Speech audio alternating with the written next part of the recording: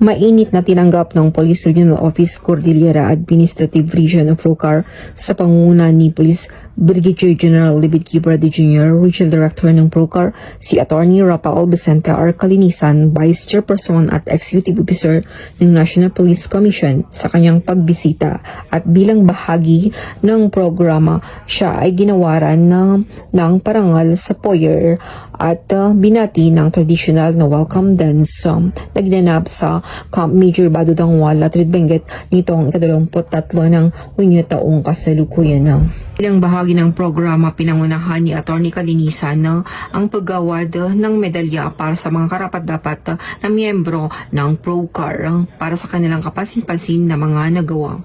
Sa kanyang mensahe, sinabi ni Atty.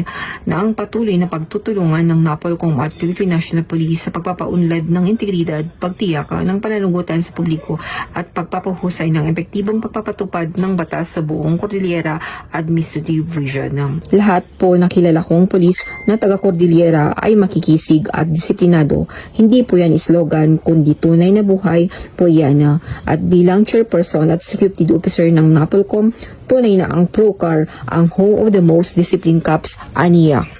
Mula dito sa Latridad, Benguet, Region ng Cordillera, ito ang iyong PNN correspondent, Police Master Sergeant Lenny Valerio. Alagad ng batas, tagataguyod ng Balitang Pulis.